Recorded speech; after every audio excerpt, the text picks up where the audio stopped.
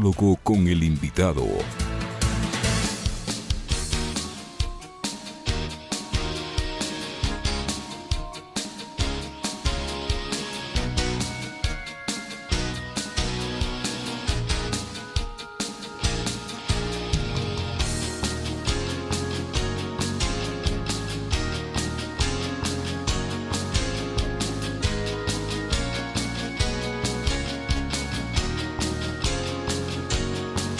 De la mañana con 28 minutos, 8 con 28 minutos, continuamos con más entrevistas en Punto Noticias de Radio Pichincha. A esta hora saludamos al ingeniero Miguel Calahorrano, ex embajador de Ecuador en España, en el Reino de los Países Bajos, también ex ministro de Electricidad y Energía Renovable, ex gerente del Instituto Ecuatoriano de Electrificación INESEL, profesor de la Escuela Politécnica Nacional, interventor de la empresa eléctrica del Ecuador, EMELEC, entre otros. Persona que conoce pormenorizadamente el sistema eléctrico ecuatoriano. Como este ingeniero, qué gusto tenerla acá en nuestros estudios. Buenos días, bienvenido. Le acompañamos Alexis Moncayo, quien le habla, Licenia Espinel. Hay alertas por parte de las autoridades eléctricas del país en el sentido de que se vienen los apagones y vamos a pasar de ser un país que exportaba energía a tener nuevamente que sufrir los racionamientos eléctricos. Ya se dicen que tienen que importar combustible, que hay problemas en algunas centrales y que es prácticamente inevitable volver a los apagones. ¿Por qué estamos ahora nuevamente en este punto y después de más de una década tener este peligro, este riesgo, el fantasma de los apagones otra vez rondando sobre los hogares ecuatorianos? Buenos días, Licenia, y buenos días, Alexis, y muchas gracias por la invitación y un saludo pues a vuestra respetable audiencia, ¿no? Existen tres factores en el fondo. En primer lugar, hay obviamente un crecimiento incesante de la demanda, que está entre 5, 6, 7%. Y luego esa misma demanda, cuando hay un bache, dígase, por ejemplo, lo que sucedió con la pandemia, y hay un bajón de consumo de energía eléctrica. Después, cuando vuelve la condición normal, por decirlo así, pues vuelve a colocarse en el nivel alto anterior de la tendencia, entonces crece como 10%, porque se vuelve a colocar arriba. Y eso mismo ha sucedido en el 2016 con el terremoto en Manabí, con los problemas que hubo allí, de la dolarización, en fin, eso mismo sucedió en el 2000 y eso mismo ha sucedido en toda la historia. O sea, esto no es nuevo. A mí me llama la atención que hoy día haya ciertas autoridades que se asombran de tener este crecimiento de la demanda. El crecimiento de la demanda es normal en nuestro país, ¿ya? Pero esto siempre ha habido. Luego, desde hace ya casi 7 años, no se ha sumado un solo megavatio, ni uno solo nuevo. El señor Moreno se jactaba de que él había puesto del Citanizagua y Mina San Francisco, pero esas dos centrales quedaron construidas de un 95% en el 2017, pues. Entonces, eso no era nuevo, es energía que se contaba y que ingresó efectivamente en el 2019, pero que fue construida en el gobierno del doctor Correa. Y luego no se han arbitrado las medidas necesarias como para que se construya nueva energía al propio tiempo que existen otros sectores que son muy importantes para la economía nacional y que no han estado recibiendo energía eléctrica. Por ejemplo, el sector camaronero, el propio sector petrolero. Y esos sectores, obviamente y con todo derecho, reclaman el servicio público de energía cuya obligatoriedad de dotarla a toda la nación tiene, por supuesto, en este caso, el Estado de acuerdo con la Constitución. Entonces, esos sectores, por ejemplo, cierto grupo del sector camaronero ya ingresó en las redes del Sistema Nacional Interconectado e incrementa más la demanda. Entonces, sumadas las tres cosas, el crecimiento natural de la demanda, el problema de que no se ha construido un solo megavatio en los gobiernos neoliberales del señor Moreno y del señor Lasso, y de estas demandas absolutamente justas, legítimas, yo creo necesarias para el país, de otros sectores de la economía, ha hecho que nos veamos frente a esta realidad. Ahora, esto es conocido, y por las autoridades desde hace años es conocido que desde hace años cualquiera que trabaja en el sector energético eléctrico conoce perfectamente que cada año el país, vistas estas características, debe seguir aumentando en unos 400 megavatios su capacidad instalada, y eso es lo que no se ha hecho. Entonces estamos donde estamos. Ahora, estas autoridades que están ahora, que curiosamente las autoridades del sector eléctrico son las mismas que tenía el señor Lenín Moreno. No las han cambiado. No les han cambiado. El señor gerente de la SELEC está en esos puestos variando sus posiciones desde hace más o menos 7 años. O sea, son los mismos. Entonces, estas autoridades conocían perfectamente este problema. Y desde el año anterior, porque, vamos a decir así, en el anterior estiaje, en el de fin de año de 2022 y comienzos de año de este año, pasamos ya rozando la posibilidad de los apagones.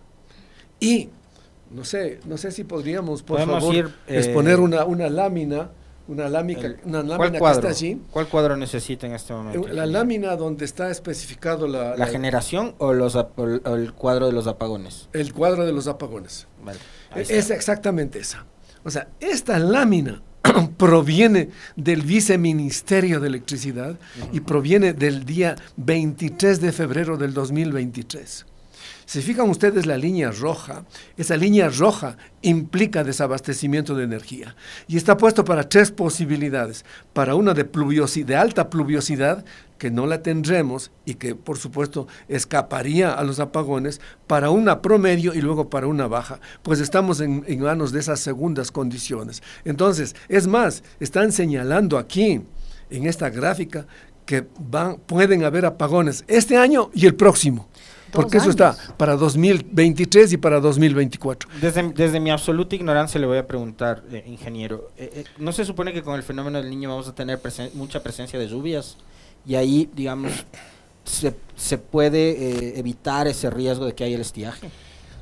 Nuestro país, vamos a decir, es la sumatoria de regímenes pluviométricos, de 3 regímenes pluviométricos. El uno es el de la Amazonía. El de la Amazonía siempre ingresa pues en momento de sequía desde el mes de octubre y se va hasta más o menos marzo, abril. ¿Ya? El de la Amazonía. Que es cuando empieza a llover. Que es cuando empieza a llover en el Paute, en Cocacodo, en qué sé yo. O sea, hay presencia de lluvias por sectores en determinada parte del año. Exacto. El de la Amazonía, que cubre toda la región amazónica, donde están nuestras principales centrales. Está la cascada del Paute, está pues la central San Francisco, la central Lagoyán, está Coca-Cola Sinclair. Ese es un régimen pluviométrico. Otro es el del centro-norte del país, que está un poco regido por la región esta andina del Chocó, ¿no es cierto? Ahí es donde podrían estar todos los sistemas de generación del Guayabamba y está Toachi-Pilatón.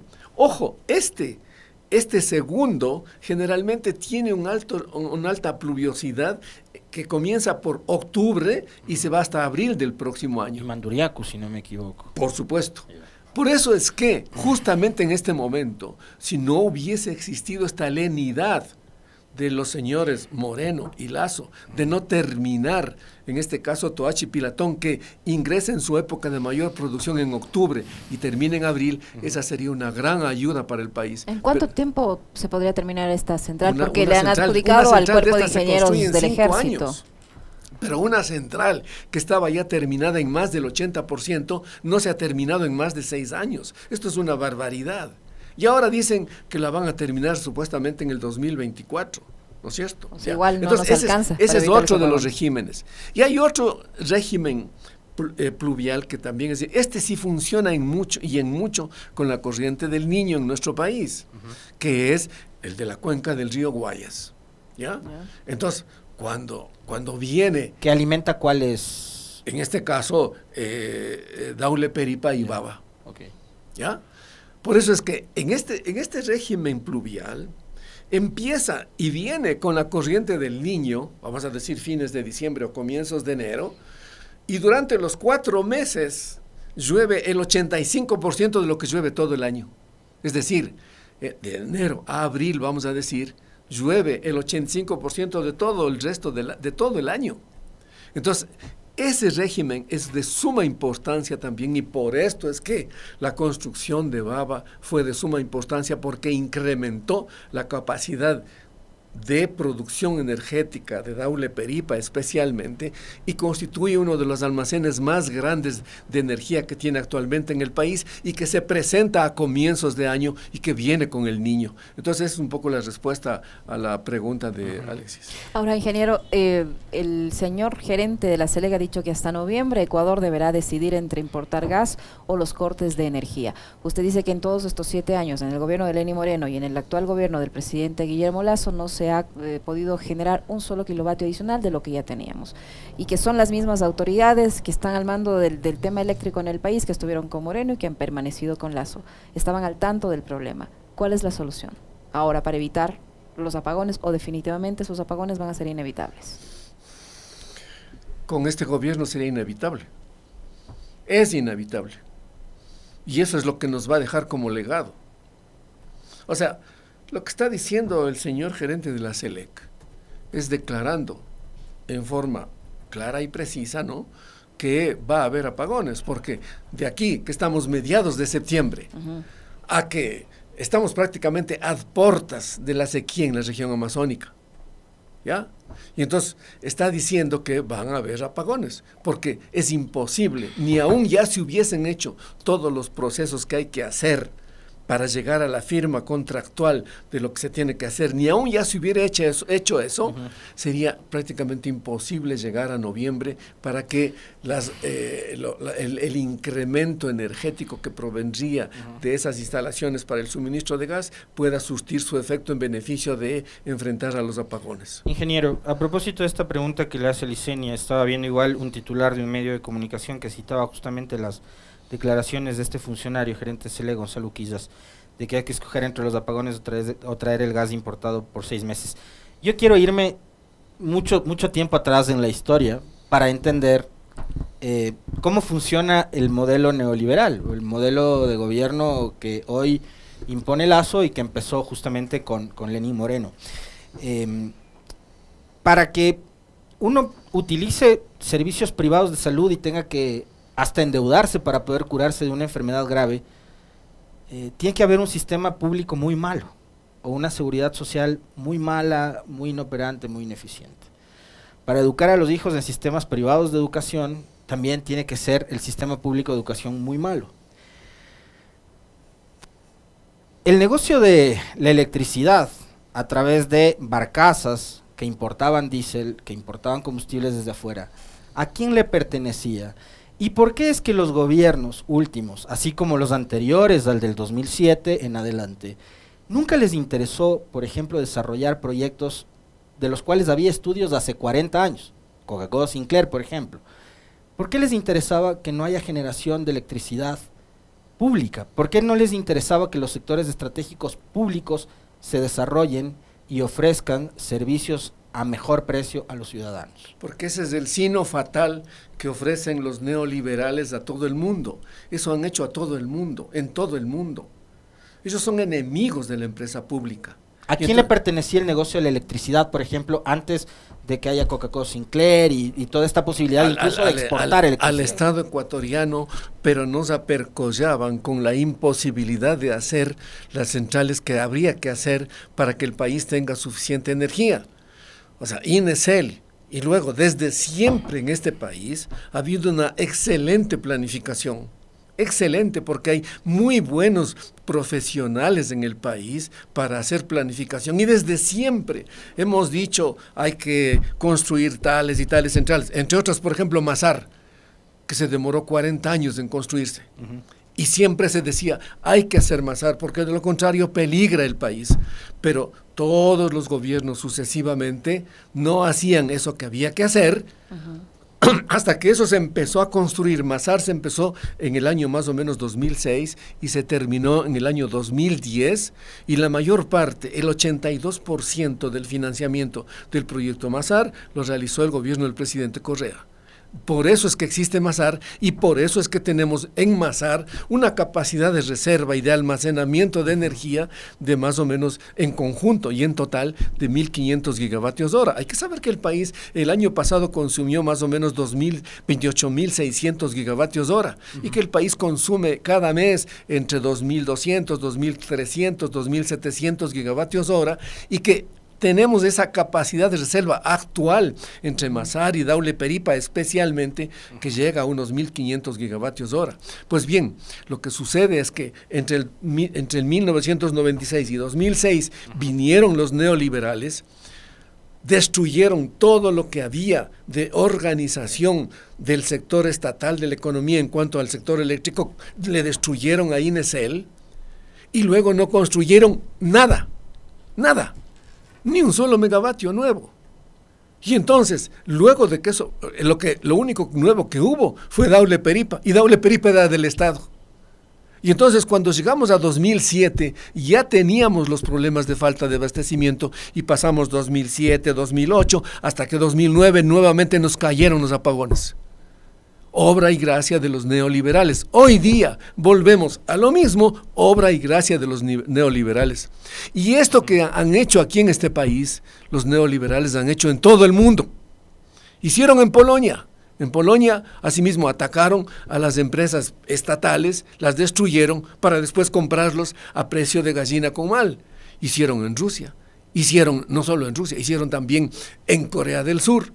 Hicieron en Tailandia. Hicieron lo mismo en Irak después de la guerra, hicieron lo mismo en Argentina, hicieron lo mismo en Chile con Pinochet, porque desde Chile empezó el experimento neoliberal, hicieron lo mismo en Chile, hicieron lo mismo en Uruguay, en Argentina, en toda América Latina, y lo grave es que todas esas estrategias económicas del neoliberalismo fueron acompañadas de una serie sistemática de violaciones de los derechos humanos, porque la única forma de callarle a la gente para la realización de estos planes era por medio de la violencia y de la fuerza y de la desaparición de personas. O sea, neoliberalismo en la economía va de la mano con la violación de los derechos humanos en la sociedad y en la política de los países. Y eso han hecho en todo el mundo. Entonces, no nos admire que vamos a encontrar lo mismo en nuestro país.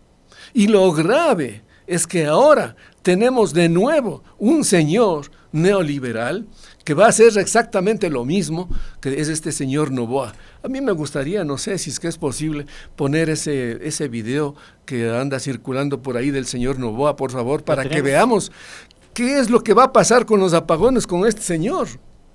¿Usted se refiere al video del debate o al otro al video? Ya lo tenemos listo, vamos a observarlo. Por favor. Bajar el costo de la luz. Se habla a cada rato pues de las hidroeléctricas, macrohidroeléctricas, pero la gente no entiende ni siquiera dónde está el problema. El problema está en la transmisión. De 8 centavos y medio, que es el costo por kilowatt actual, 3 centavos son de SELEC, las hidroeléctricas. Se conectan a las líneas de transmisión de Perú y de Colombia y se exporta electricidad. Medio centavo es Enel, la distribución. 5 centavos en una empresa que nadie entiende, que se llama Transelectric. Ahí está el problema. Costo de Chile, menos de 3 centavos. Costo de Texas, menos de 3 centavos. China, menos de 3 centavos. Costo de España, 3 centavos. ¿Por qué en el Ecuador cuesta 5 si somos de este porte? Falta de inversión en la transmisión. Se ha invertido en más de 20 años en la transmisión eléctrica. No hay líneas de doble vía, no hay almacenamiento electrónico, no hay control de merma. Entonces, en el momento que se mejoran las líneas de transmisión, baja en 22% la planilla eléctrica de los más pobres del país, las planillas eléctricas de las industrias, las planillas eléctricas de los locales comerciales.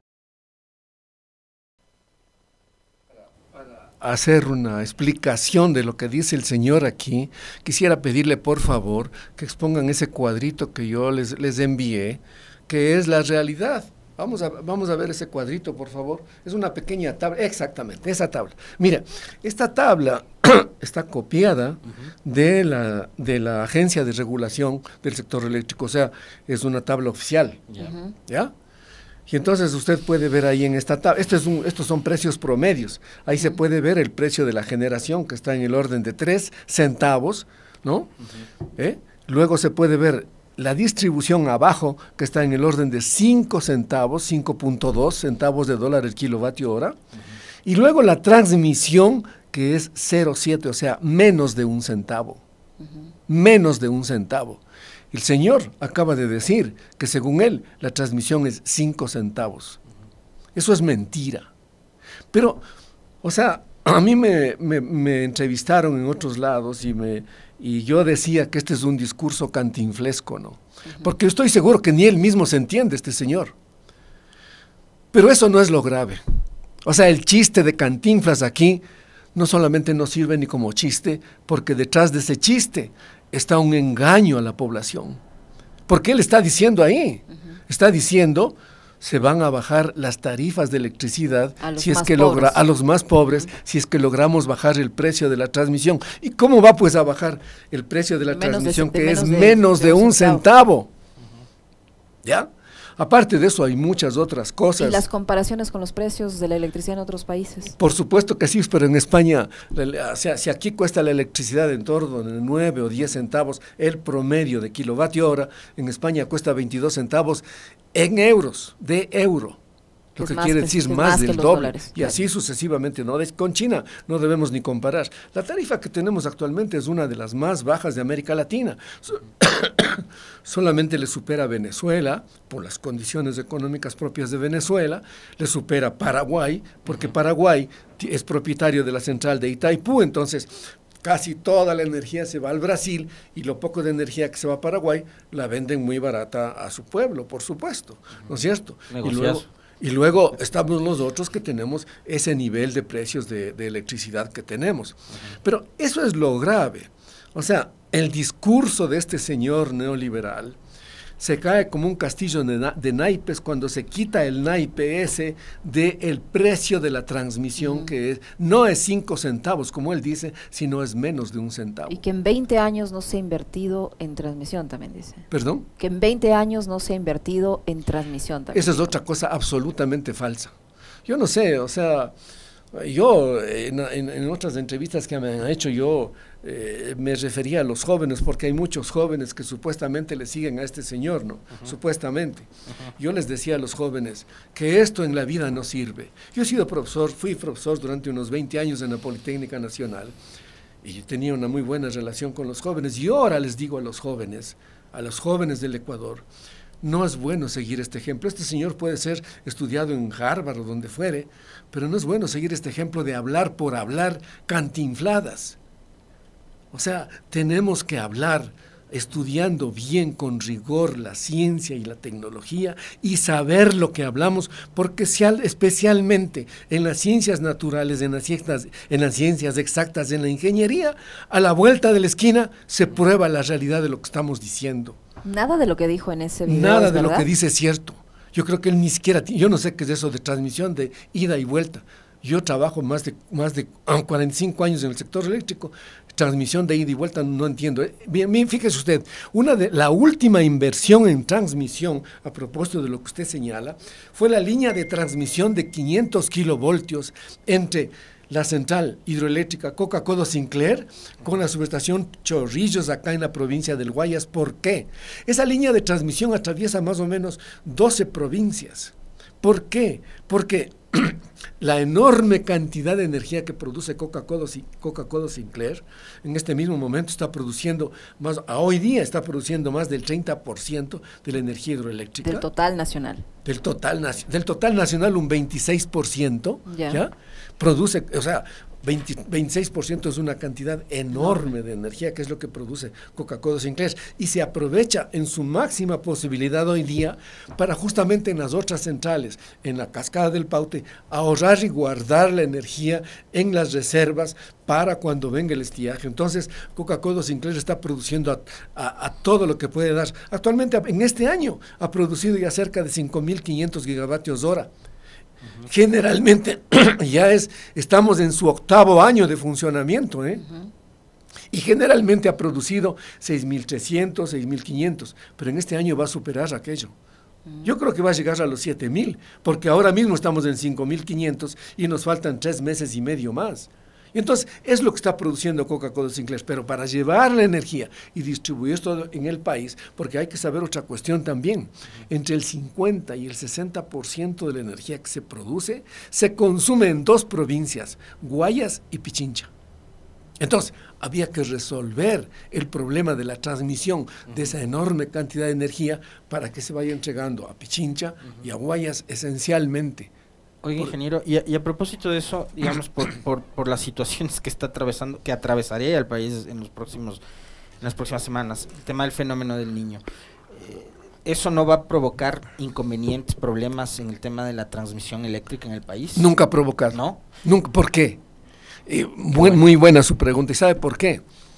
Porque cuando en INESEL se diseñó el Sistema Nacional de Transmisión, se lo hizo tomando en cuenta justamente aquello. Y las subestaciones, como por ejemplo, que estén cerca de Durán, que estén en la cuenca del Guayas, se les colocaba a por lo menos 6 metros de altura sobre el nivel del mar, de manera que si hay inundaciones, no se inunden las subestaciones o las centrales. ¿Y qué se hacía para eso? Es muy buena pregunta porque me da la oportunidad de decir algo que siempre me gusta decir a mí. ¿Qué se hacía para eso? Se construía una plataforma, no un terreno simplemente aplanado. No, se construyó. ¿Qué es una plataforma? Una plataforma es una obra de ingeniería civil que supone colocar un material especial que se va compactando sistemáticamente, y cuando se llega a la altura deseada, ¿no es cierto?, se llega al nivel en donde se quiere estar. Y esa plataforma se construye porque hay que colocar ahí transformadores que pueden pesar 120 toneladas, pesos enormes. Por eso esa plataforma cuesta. Entonces, cuando hay esos periodistas tales de investigación, que no saben nada de estas cosas y dicen, ¿cómo es posible que en la refinería del Pacífico, por un terreno aplanado, se haya gastado 300 millones? No. Ahí hay una plataforma, una obra de ingeniería civil que es muy costosa y que está diseñada para soportar pesos de cientos y hasta de miles de toneladas, que son las que tienen que ir allí. Entonces, por eso es que no se inundan las subestaciones y las centrales, especialmente las de la cuenca del Guayas. Ahora, ingeniero, este tema de la amenaza del estiaje coincide con los intentos del gobierno en varias ocasiones de conformar este fideicomiso para el sector eléctrico. ¿Hay alguna novedad? Lo último que supimos es que, por ejemplo, el alcalde de Cuenca no estaba de acuerdo, el prefecto de la SUAY tampoco, y así hay rechazo por parte de los trabajadores a la conformación de este fideicomiso. ¿Qué se sabe de eso? Muchas gracias por esta pregunta también. Verá, cuando yo escuché una exposición del Ministerio de Energía, hace ya unos 4 o 5 meses, a mí me llamó la atención que prácticamente el país se ha quedado sin planificación, y por eso es lo que ya hablé de la planificación. Aquí en este país siempre ha habido buena planificación y muy buenos profesionales en planificación. Pues resulta ser que ahora ya no hacemos planificación porque el ministerio de los neoliberales les llamó a una serie de entes norteamericanos para que hagan la planificación supuestamente de las grandes nuevas inversiones que iba a hacer el señor Lasso, ¿no? Y para asegurar un sistema de pago para esas nuevas inversiones de esas empresas privadas que supuestamente iban a venir del exterior. ¿Quién hizo esa planificación? No, eso es el ministerio. Hicieron estas corporaciones planificadoras norteamericanas que, curiosamente, al revisar la presencia aquí, yo veo que son las mismas que hicieron las tales planificaciones para desestructurar los sistemas energéticos de los países que yo ya he señalado y que lo denuncia con toda precisión la señora Naomi Klein. Y demuestra de cómo es que justamente esos entes norteamericanos que vinieron a hacer la planificación, vinieron a hacer lo mismo que han hecho en todo el mundo los neoliberales. ¿Y qué es lo que hicieron, pues? Hicieron una brutalidad. Discúlpeme, pero esto es una brutalidad. Hacen el fideicomiso y le ponen a la cabeza del fideicomiso el pago a las empresas privadas que iban a invertir. Eso es una torpeza. O sea, si yo fuera inversor privado, ni a mí me interesaría eso. ¿Por qué? Porque luego ponen en segundo lugar la operación y mantenimiento de las distribuidoras, pero lo que se necesita es la operación y el mantenimiento de las distribuidoras, de las generadoras, de la transmisora. ¿Por qué? De todo Eso el tiene sistema. que ir primero. Porque si eso no funciona, ¿cómo va a funcionar pues, el negocio de las nuevas centrales si no van a poder vender energía? Entonces, pero como son tan torpes, pusieron primero, hay que pagarles, o sea, coger toda la plata, ¿no es cierto?, con el fideicomiso de todas las distribuidoras, pagarles supuestamente para, digamos, porque eso es lo que les interesaba a estos señores con su tal planificación que nos vinieron a dar haciendo, y después pagar la operación y mantenimiento de algunas de las distribuidoras, y en cuarto y quinto lugar, la operación y mantenimiento de las empresas del Estado. O sea, está muy claro el mensaje. Quieren la destrucción de las empresas del Estado. ¿Ya? Entonces, ese es el tal fideicomiso que han hecho estos señores, los neoliberales. Esa es la realidad, que para mi juicio es un fideicomiso torpe. O bueno, desde el punto de vista de ellos no es torpe, porque con eso van destruyendo las empresas estatales, y luego lo que han hecho en todo el mundo, les compran a precio de gallina con mal. Eso han hecho en todo el mundo. Muy bien. Muchísimas gracias, ingeniero. Ha sido un gusto tenerlo acá, que nos Gracias a ustedes por explique la este invitación. panorama nada alentador que nos espera. Hay que ir comprando velitas entonces. Sí, ¿no? Gracias, 8:59 ingeniero. minutos. Muchas Gracias al gracias a ingeniero ustedes. Miguel Calahorrano, exministro de Electricidad, que ha estado con nosotros.